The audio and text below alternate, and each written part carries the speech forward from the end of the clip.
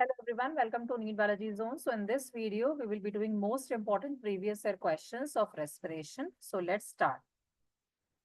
Given below are two statements. One is labeled as assertion A and the other is labeled as reason R. So this is an assertion reason question. Assertion is ATP is used at two steps in glycolysis.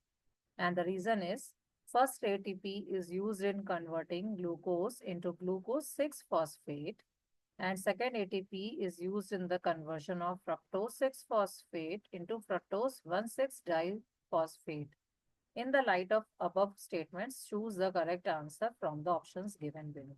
So there are two statements. You have to find out what is the correct statement. So assertion is right. ATP is used at two steps in glycolysis. ATP use होता है glycolysis में दो steps में. And the reason is also correct.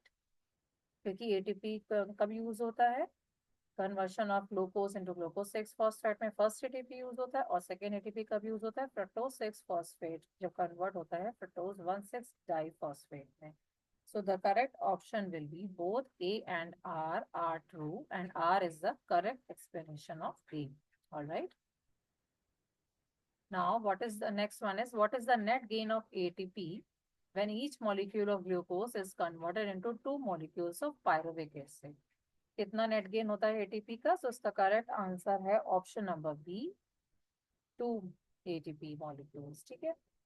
Net ATP will be 2. Total वैसे produce होता है 4 और use होता है 2 तो नेट गेन कितना हो जाएगा 2. ठीक है. Next one is conversion of glucose to glucose 6-phosphate. The first irreversible reaction of glycolysis is catalyzed by. तो उसमें आपको एंजाइम बताना है कौन सा एंजाइम यूज होता है फर्स्ट रिएक्शन में. ग्लूकोज जब ग्लूकोज 6-फॉस्फेट से कन्वर्ट होता है तो उसका करेक्ट आंसर है hexokinase option number A. Next one, in glycolysis during oxidation, electrons are removed by ATP, glyceraldehyde 3-phosphate, NAD plus, this is plus, molecular oxygen. So इसका correct answer है option number C NAD plus. आप देख सकते हैं कब होता है ये प्रोसेस ऑक्सीडेशन में. जब 3 PGA कन्वर्ट होता है 1,3-डाई-PGA से तब ये प्रोसेस होता है. तो आप देख सकते हैं इसको डिटेल में मैंने पूरा लिखा हुआ है. NAD प्लस किस चीज में कन्वर्ट होता है NADH से H प्लस. और इसको कैसे लिख सकते हैं NAD प्लस को NAD plus plus 2H plus plus 2 electrons. ये प्रोसेस समझना बहुत इंपॉर्टेंट है. फिर इसके बाद ये कन्वर्ट हो जाता है NADH से H प्लस के साथ. ठीक है. तो ऑक्सीडेशन में इलेक्ट्रॉन्स किसने रिमूव किए NAD प्लस. ठीक है. NAD प्लस ने ऑक्सीजन ऑक्सीडेशन के टाइम पे इलेक्ट्रॉन्स को रिमूव किया. Next process next question in animal cells the first stage of glucose breakdown is. तो इसका करेक्ट आंसर है option number B glycolysis. Glycolysis use होता है as a first stage glucose breakdown का. This is the first step. Next one end product of glycolysis is. So this is a very easy question pyruvic acid. Next question EMP can produce a total of. So इसका correct answer है option number B. This is B 8 ATP. अब कैसे देख सकते हैं इसको. EMP क्या होता है एमिडन मेयरहॉफ फारनास पाथवे होता है. That is glycolysis. ठीक है. तो उसमें क्या होता है ग्लूकोज कन्वर्ट होता है 2 पायरुविक एसिड मॉलिक्यूल्स में. तो उसमें क्या प्रोडक्शन होता है 2 NADH प्रोड्यूस होता है और 2 ATP प्रोड्यूस होता है. तो इससे आपको 2 × 3 ATP मिलते हैं NADH से.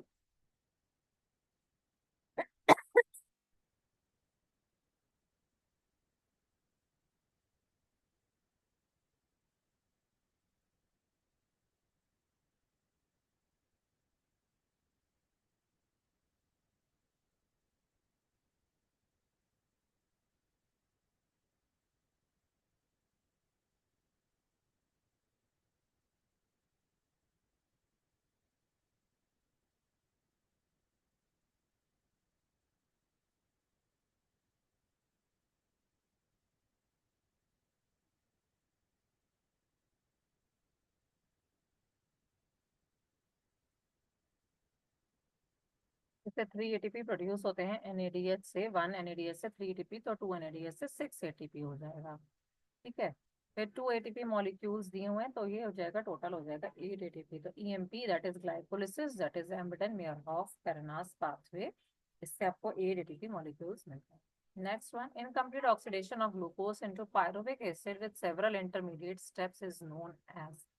तो इसका करेक्ट आंसर है ऑप्शन नंबर बी, ग्लाइकोलिसिस। ये इनकम्प्लीट ऑक्सीडेशन होता है, ग्लूकोज कन्वर्ट होता है पायरुविक एसिड में। Next, what amount of energy is release from glucose during lactic acid fermentation. Lactic acid में, सो इसका करेक्ट आंसर है option number C, less than 7%। Less than 7% release होता है लैक्टिक एसिड फर्मेंटेशन में। Next question, in which of none of the following processes CO2 is not released. किसमें CO2 नहीं produce होता है? तो उसका करेक्ट आंसर है option number D, lactate fermentation में। इसमें क्या प्रोड्यूस होता है आप देख सकते हैं, ग्लूकोज, फ्रुक्टोज या सुक्रोज, ये सारी शुगर्स कन्वर्ट होती हैं लैक्टेट और एनर्जी में। सो इसमें CO2 प्रोड्यूस नहीं होता है। बाकी सब में CO2 प्रोड्यूस होता है, एरोबिक में भी प्रोड्यूस होता है, एनारोबिक में भी, this is anaerobic. So alcoholic में भी प्रोड्यूस होता है। ठीक। So the correct answer is option number D, lactate fermentation. Next one, the energy releasing metabolic process in which substrate is oxidized without an external electron acceptor is called. तो इसका correct answer है option number B, fermentation. Fermentation में कोई भी external electron acceptor use नहीं होता है। सो this is the correct answer. In alcoholic fermentation, next one is oxygen is the electron acceptor, triose phosphate is the electron donor, while acetaldehyde is the electron acceptor. Triose phosphate is the this is electron donor, while pyruvic acid is the electron acceptor. There is no electron donor. So इसका correct answer है option number B, triose phosphate is the electron donor, while acetaldehyde is the electron acceptor. आप देख सकते हैं process, triose 3 phosphate किसमें convert होता है, glyco alcoholic fermentation में 3 फॉस्फोग्लिसरेट। ठीक है, तो इसमें क्या होता है, NADH कन्वर्ट होता है NAD प्लस में। सो इसका मतलब है कि ट्रायोस फॉस्फेट एक तरह से इलेक्ट्रॉन को डोनेट कर रहा है। ठीक है, फिर आप इसमें देख सकते हैं एसिटल्डिहाइड डिकार्बोक्सिलेशन ऑफ पायरुवेट। जब डिकार्बोक्सिलेशन होता है पायरुवेट का, तब उसमें क्या होता है, इलेक्ट्रॉन एक्सेप्ट करता है एसिटल्डिहाइड अल्कोहलिक फर्मेंटेशन में। ठीक है, तो ये बहुत इंपॉर्टेंट क्वेश्चन है। तो ट्रायोस फॉस्फेट क्या कर रहा है, यहाँ पे इलेक्ट्रॉन डोनर का काम कर रहा है ऊपर वाले स्टेप में, इस वाले में। और इस वाले में क्या हो रहा है, एसिटल्डिहाइड जो है इलेक्ट्रॉन एक्सेप्टर का काम कर रहा है during the process of decarboxylation of pyruvate. So next question, cytochromes are found in, so इसका करेक्ट आंसर है cristae of mitochondria. Option number A, cristae of mitochondria में प्रेजेंट होते हैं साइटोक्रोम्स। हमेशा याद रखिए सी से क्रिस्टे साइटोक्रोम्स। और होते क्या है cytochromes, these are the proteins with iron containing heme group. ठीक है, आयरन कंटेनिंग हीम ग्रुप होता है, और इसलिए किसमें प्रेजेंट होता है, थायरोइड और क्लोरोप्लास्ट में भी साइटोक्रोम्स प्रेजेंट होते हैं। क्रिस्टे ऑफ माइटोकॉन्ड्रिया में तो होते ही हैं, साथ में आपको ये भी पता होना चाहिए they are present in the thylakoid of chloroplast and their main role is ATP formation. ठीक है, next one, which are the metabolites is common to respiration mediated breakdown of fats, carbohydrates and protein. So कौन सा metabolite एक common है breakdown of fats, carbohydrates and proteins में? So इसका correct answer है option number D, acetyl coenzyme है। This is important question, काफी बार ये पूछा जाता है, common respiration mediated breakdown of fats, carbohydrates and proteins में acetyl coenzyme. Next one, in mitochondria protons accumulate in the, so इसका करेक्ट आंसर है option number C, intermembrane space में प्रोटॉन्स एक्यूमुलेट होते हैं।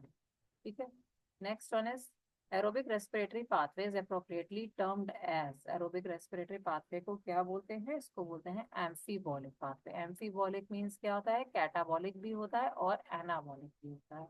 सो एरोबिक रेस्पिरेटरी पाथवे का क्या role है, इसमें ब्रेकडाउन भी होता है ग्लूकोज का, मतलब कि कैटाबॉलिज्म भी हो रहा है, as well as production of energy rich ATP molecules production भी हो रहा है ATP का। तो ये हो जाएगा एनाबॉलिज्म। जब प्रोडक्शन हो रहा है उसको एनाबॉलिज्म को बोलते हैं, और अगर ब्रेक डाउन हो रहा है उसको कैटाबॉलिज्म, और दोनों कंबाइंड प्रोसेस हो रहा है तो उसको एम्फीबॉलिक बोलते हैं। ठीक है, next one is the chemiosmotic coupling hypothesis of oxidative phosphorylation proposes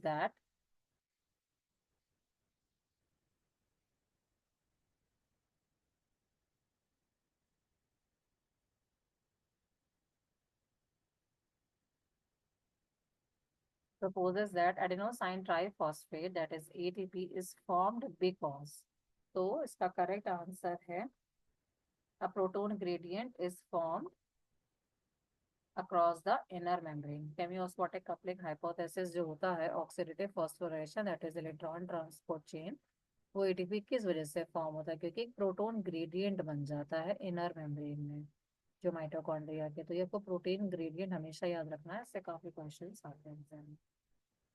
Next question, the overall goal of glycolysis, Krebs cycle and the electron transport system is the formation of, तो correct answer है option number A, ATP in small stepwise units. Main इनका जो गोल है glycolysis का, Krebs cycle का, electron transport system का, इसका है ATP in small stepwise units.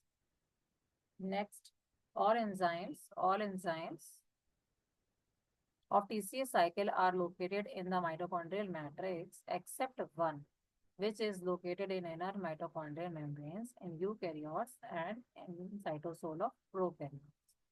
सो कौन सा ऐसा एंजाइम है? इसका करेक्ट आंसर है option number D, succinate dehydrogenase. इससे भी काफी क्वेश्चंस पूछे जाते हैं। तो ये कहाँ पे प्रेजेंट होता है इसके बारे में सब पता होना चाहिए। माइटोकॉन्ड्रियल मैट्रिक्स सारे एंजाइम्स प्रेजेंट होते हैं, बट ये नहीं प्रेजेंट होता है।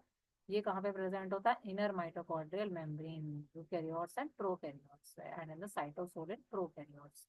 तो ये बहुत इंपॉर्टेंट है, इसके बारे में आपको ये याद रखना है, succinate dehydrogenase. Next one, during which stage in the complete oxidation of glucose are the greatest number of ATP molecules formed from ADP? तो इसमें देखते हैं ग्लाइकोलिसिस में कितने एटीपी बनते हैं, 6 एटीपी बनते हैं। क्रेब्स साइकिल में 24 बनते हैं। Conversion of pyruvic acid to acetyl coenzyme है, इसमें भी 6 मिलते हैं। को इलेक्ट्रॉन ट्रांसपोर्ट सिस्टम में, इलेक्ट्रॉन ट्रांसपोर्ट चेन में 36 एटीपी मिलते हैं। So option number D will be the correct answer. ठीक है, ईटीसी में 36 ATP, so this is the highest number of ATP molecules oxidation of glucose में। Next, chemiosmotic theory of ATP synthesis in the chloroplast and mitochondria is based on, so proton gradient। फिर से देखिए proton gradient का question आया है। इसका correct answer हो जाएगा केमियोस्मोटिक थ्योरी ऑफ एटीपी, मतलब कि इसमें क्लोरोप्लास्ट और माइटोकॉन्ड्रिया मतलब कि ईटीएस की बात हो रही है, तो वो प्रोटोन ग्रेडियंट की वजह से एटीपी सिंथेसाइज होता है। In which one of the following two the two names to one and the same thing, मतलब दो नेम सेम है, तो इसमें correct answer option number C, tricarboxylic acid cycle and citric acid cycle. Citric acid cycle या Krebs cycle, tricarboxylic acid cycle, ये सारे same, ठीक है, all the same. Next one, cytochrome is a, so cytochrome एक क्या है? Iron containing porphyrin pigment. ठीक है, साइटोक्रोम क्या है? एक है iron containing porphyrin pigment. So next one,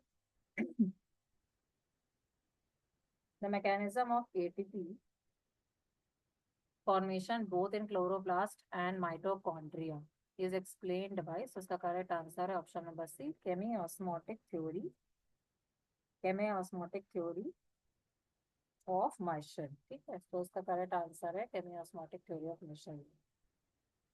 next one, in Krebs cycle FAD participates as electron acceptor during the conversion of, तो एफएडी कब सबसे कब पार्टिसिपेट करता है इलेक्ट्रॉन एक्सेप्टर में? तो उसका करेक्ट आंसर है succinic acid to fumaric acid. जब सक्सेनिक एसिड से फ्यूमरिक एसिड बनता है तब एफएडी का रोल आता है और वो एक इलेक्ट्रॉन एक्सेप्टर का काम करता है क्रेब्स साइकिल। ठीक है, now next question, the end products of fermentation are, तो इसके जो एंड प्रोडक्ट्स क्या होते हैं फर्मेंटेशन के? CO2 एंड C2H5OH, ये ऐसे लिख सकते हैं, C2H5OH, that is ethyl alcohol और कार्बन डाइऑक्साइड क्या है? End products of fermentation. Next, fermentation is anaerobic production of, तो इसका करेक्ट आंसर है अल्कोहल, लैक्टिक एसिड और सिमिलर कंपाउंड्स। ठीक है, fermentation products of yeast are, so fermentation products of yeast में हमको क्या मिलता है? Ethyl alcohol and carbon dioxide. Next, how many ATP and NADPH are required for the synthesis of one molecule of glucose during Calvin cycle? So एक molecule of glucose में हमको मिलते हैं 18 ATP और 12 NADPH2। तो ये बहुत इंपॉर्टेंट क्वेश्चन है, हमेशा ये पूछा जाता है, तो option number A will be the correct answer. Next, which of the following statements is incorrect? During aerobic respiration role of oxygen is limited to the terminal stage. हाँ ये ठीक है। In ETC electron transport chain, one molecule of NADH plus H plus, this is plus, gives rise to 2 ATP molecules. This is wrong. NADH से हमको कितने मिलते हैं? हमेशा 3 ATP मिलते हैं.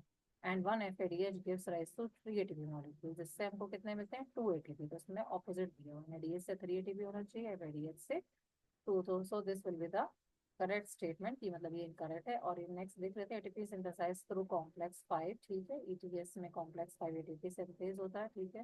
This is the correct statement. Oxidation reduction reactions produce proton gradient in respiration, so this is also the correct statement, ठीक है। तो इसका करेक्ट आंसर हो जाएगा option number B. Next, pyruvate dehydrogenase activity during aerobic respiration requires। तो pyruvate dehydrogenase को क्या चाहिए होता है? मैग्नीशियम चाहिए होता है। इसका प्रोसेस देख सकते हैं, जब पायरुवेट कन्वर्ट होता है, ये बहुत इंपॉर्टेंट रिएक्शन है एसिटल कोएंजाइम ए में। तो देख सकते हैं pyruvate plus NAD plus plus coenzyme में ऐड हो रहा है, तो एसिटल कोएंजाइम में हमको मिल रहा है NADH के साथ प्लस H प्लस के साथ और CO2 के साथ। पायरुवेट डिहाइड्रोजनेज यहाँ पे एंजाइम यूज हो रहा है, साथ में मैग्नीशियम आयंस यूज हो रहे हैं। तो पायरुवेट डिहाइड्रोजनेज जो एंजाइम है वो डिकार्बोक्सिलेज उसको चाहिए होता है। उसमें क्या क्या चीजें होती हैं ये भी इंपॉर्टेंट है जानना। लिपोइक एसिड चाहिए होता है, मैग्नीशियम चाहिए होता है, ट्रांस एसिटाइलेज, तो ये सारी चीजें भी इसको चाहिए होती हैं, ठीक है। तो this is the correct answer is magnesium ion. The number of substrate level phosphorylation in one turn of citric acid cycle. Citric acid cycle means कि Krebs cycle। तो उसमें substrate level phosphorylation पूछ रहा, तो उसका करेक्ट आंसर ऑप्शन नंबर ए। ये कब होता है? जब देखिए सक्सिनाइल को एंजाइम में कन्वर्ट होता है सक्सिनेट में, तब यहाँ पे एक जीडीपी की हमको जरूरत होती है, प्लस जीडीपी एडीपी और फिर H3PO4 फॉस्फोरिक एसिड। और यहाँ पे जो एंजाइम होता है सक्सिनाइल को एंजाइम है सिंथेटेज, ठीक है। फिर सक्सिनेट प्लस को एंजाइम है प्लस जीटीपी प्लस एटीपी, ठीक है। तो यहाँ पे हमको एक ही सबस्ट्रेट लेवल फॉस्फोरेशन हो रहा है जिसमें कि 1 ATP 1 जीटीपी प्रोड्यूस हो रहा है, एक जीटीपी मॉलिक्यूल प्रोड्यूस हो रहा है यहाँ पे। उसको बोलते हैं सबस्ट्रेट लेवल फॉस्फोरेशन इस प्रोसेस में। तो क्रेब्स साइकिल में एक 1 होता है, 1 GTP. There is respiratory electron transport system located in plants. तो ये कहाँ पे प्रेजेंट होता है? इनर माइटोकॉन्ड्रियल मेम्ब्रेन, ठीक है। रेस्पिरेटरी इलेक्ट्रॉन ट्रांसपोर्ट सिस्टम हमेशा इनर माइटोकॉन्ड्रियल मेम्ब्रेन में प्रेजेंट होता है। Next, which one of these statements is incorrect? तो आप देख सकते हैं glycolysis operates as long as it is supplied with NAD that can pick up of hydrogen atoms, ठीक है, ये करेक्ट है। glycolysis occurs in cytosol, this is also right, this is also right। enzymes of TCA cycle are present in mitochondrial matrix, this is also right। oxidative phosphorylation takes place in outer mitochondrial membrane, so this is the wrong statement। oxidative phosphorylation बाहर नहीं होता है, inner mitochondrial membrane में present होता है, ठीक है। Next question, what is the role of NAD in cellular respiration? So इसका करेक्ट आंसर है it functions as an electron carrier, electron carrier का काम करता है NAD cellular respiration. Question number 37, which statement is wrong for Krebs cycle? तो option number A क्या है? There are 3 points in the cycle where NAD plus is reduced to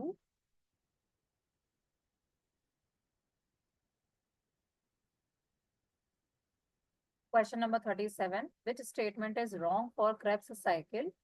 There are 3 points in the cycle where NAD plus is reduced to NADH plus H plus. तो ये तो correct है statement, ठीक है। 3 points पे NAD plus reduce होता है NADH और H plus में। There is 1 point in the cycle where FAD plus is reduced to FADH. ये भी सही है, ठीक है। During conversion of succinyl coenzyme to succinic acid, a molecule of GTP is synthesized. This statement is also correct.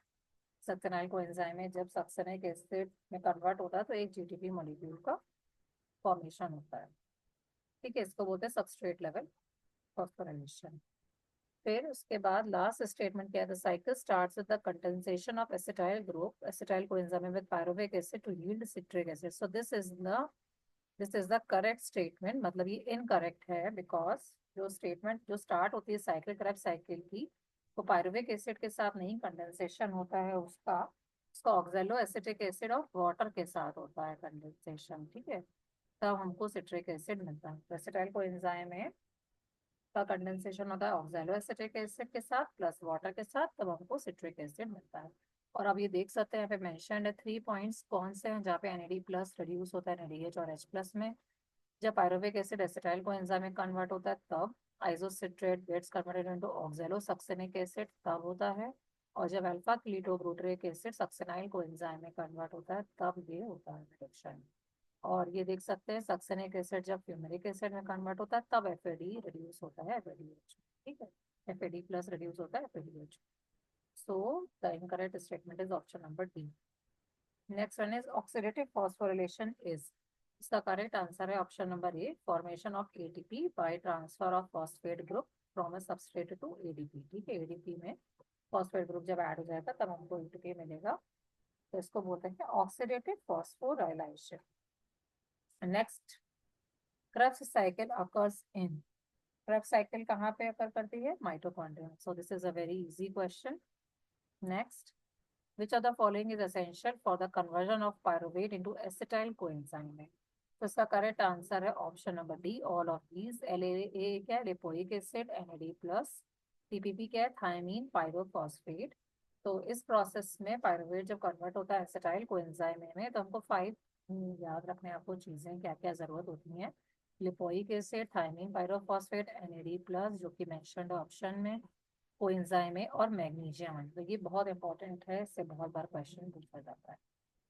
Next, ATP is injected in cyanide poisoning because it is, तो इसका correct answer है option number D, ATP breaks down cyanide. तो cyanide एक poison है और उसको ATP break कर देता है, तो ATP इंजेक्ट करते हैं अलग से, ठीक है, साइनाइड करके रेस्पिरेशन प्रोसेस को स्टॉप कर देता है, इसलिए इंजेक्ट करना पड़ता है अलग से। Next, out of 38 ATP molecules produced for glucose, 32 ATP molecules are formed from NADH या FADH in respiratory chain, Krebs cycle, oxidative decarboxylation, EMP। तो उसका करेक्ट आंसर है ऑप्शन नंबर ए, 38 में से 32 मॉलिक्यूल्स रेस्पिरेटरी चेन में हमको रेस्पिरेटरी चेन में मिलते हैं जो कि NADH या FADH से तो मिलते हैं, ठीक है। NADH से कितने ATP मॉलिक्यूल्स प्रोड्यूस होते हैं? NADH से 3 ATP मॉलिक्यूल्स होते हैं प्रोड्यूस, 1 NADH से और 1 FADH से 2, ठीक है।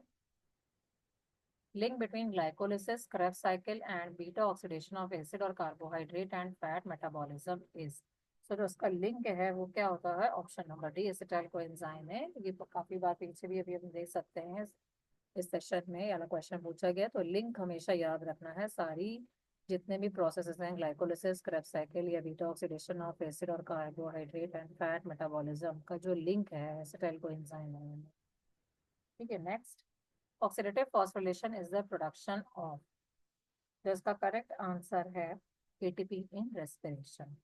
ऑक्सीडेटिव फॉस्फोरिलेशन क्या होता है? ATP in respiration. Terminal cytochrome of respiratory chain which donates electrons to oxygen is, तो जो टर्मिनल है एक्सेप्टर, इलेक्ट्रॉन एक्सेप्टर है, इसका करेक्ट आंसर है option number D, cytochrome A3, ठीक है। इलेक्ट्रॉन ट्रांसपोर्ट चेन में होता है प्रोसेस, साइटोक्रोम A3 सारे इलेक्ट्रॉन एक्सेप्टर्स हैं, फिर उसका जो लास्ट वाला होता है वो A3 होता है और वो इलेक्ट्रॉन ऑक्सीजन को डोनेट करता है। Next question, NADP plus is reduced to NADPH in, इसका करेक्ट आंसर है ऑप्शन नंबर ए। सब कंफ्यूज मत होइएगा, इसमें ग्लाइकोलिसिस मत लिख दीजिएगा, बहुत बच्चे कंफ्यूज हो जाते हैं। ये आपको कंफर्म पता होना चाहिए। HMP क्या होता है? हेक्सोस मोनोफॉस्फेट शंट, यहाँ पे मैंने मेंशन किया, इसको और क्या बोलते हैं? PPP, pentose phosphate pathway. ये कहाँ पे होता है ये भी पता होना चाहिए, साइटोसोल ऑफ मेमेलियन सेल्स। और इस प्रोसेस में क्या होता है? ग्लूकोज ऑक्सीडाइज होता है, CO2 बनता है और वाटर बनता है, ठीक है। और इस प्रोसेस में 12 NADPH gets converted into 36 ATP molecules. तो इस प्रोसेस में NADP प्लस जो है NADPH में रिड्यूस होता है। Next question, what is the net gain of ATP when each molecule of glucose is converted into 2 molecules of pyruvic acid? तो जब भी नेट गेन ऑफ ATP पूछे ग्लाइकोलिसिस से रिलेटेड तो हमेशा आंसर क्या आएगा? 2, ठीक है, बिकॉज टोटल तो प्रोड्यूस होते हैं 4 और 2 यूज हो जाते हैं, तो नेट हमेशा 2 आएगा। जब भी नेट गेन लिखा हो ग्लाइकोलिसिस के बारे में या glucose is converted to pyruvic acid, glycolysis की बात हो रही है, हमेशा ऑप्शन आंसर होएगा 2। Next respiratory question, value of tripalmitin is. इसका करेक्ट आंसर है ऑप्शन नंबर ए 0.7। ये हमेशा लेस देन 1 होता है। जो भी फैट्स होते हैं, फैटी एसिड्स होते हैं, इनका हमेशा रेस्पिरेटरी क्वेश्चन लेस देन 1 होता है। उसका एक फॉर्मूला होता है, amount of CO2 released divided by amount of oxygen consumed. ठीक है, amount of oxygen consumed. Next, in germinating seeds, fatty acids are degraded exclusively in the, so इसका correct answer है ऑप्शन नंबर बी, ग्लाइऑक्सिसोम्स। ये क्या होता है? Glyoxylate cycle होता है, वो होता है occurs in tissues which are rich in fats। ठीक है, उसमें एक और ये होते हैं सेल्स होते हैं, उसको बोलते हैं ग्लाइऑक्सिसोम्स। इनके अंदर ये प्रोसेस होता है ग्लाइऑक्सिलेट साइकिल। ग्लाइऑक्सिसोम्स में सारे एंजाइम्स प्रेजेंट होते हैं साइकिल को चलाने के लिए।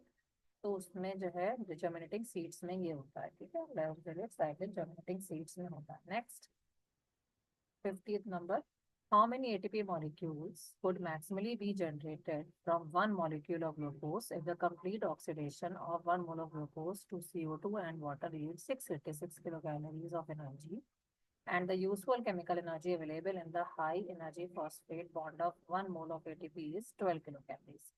तो ये बोल रहा है कितने ATP मिलेंगे अगर एक मॉलिक्यूल ऑफ ग्लूकोज हमको 686 किलो कैलोरीज ऑफ एनर्जी दे रहा है, एक मॉलिक्यूल ऑफ ग्लूकोज। ठीक है, तो कितने एटीपी हमको मिलेंगे? तो हम देख रहे हैं यहाँ पे क्या दिया हुआ है इन द, उसमें लास्ट में क्या लिखा है कि अगर एक मोल ऑफ एटीपी से हमको 12 किलो कैलोरीज मिल रहा है, तो 1 मोल ऑफ एटीपी से अगर 12 किलो कैलोरीज मिल रहा है, तो 686 किलो कैलोरी यहाँ पे दिया, उससे हमको कितने एटीपी मिलेंगे? तो बस डिवाइड कर दीजिए। बहुत बड़ा क्वेश्चन है बट बहुत इजी है, this is a very easy question. तो 686 डिवाइडेड बाई 12 करेंगे तो आंसर आएगा 57.1। So this will be the correct answer, 57।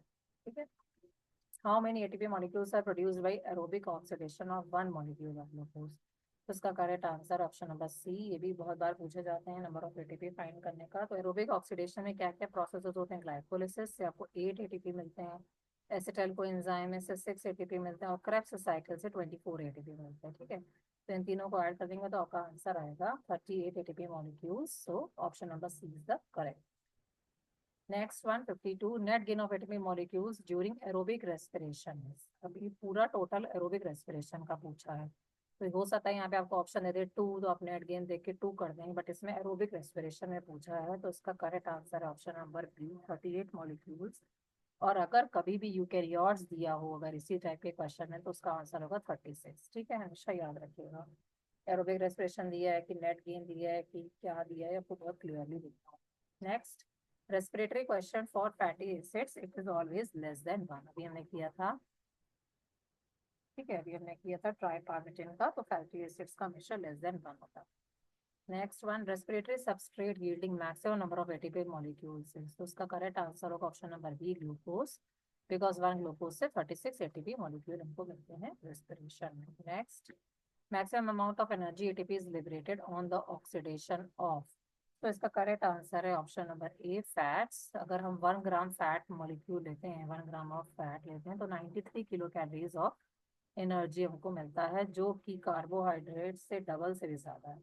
ठीक है, तो the maximum energy, amount of energy जो लिबरेट होती है वो हमको मिलती है, वो फैट्स की सबसे ज्यादा होती है।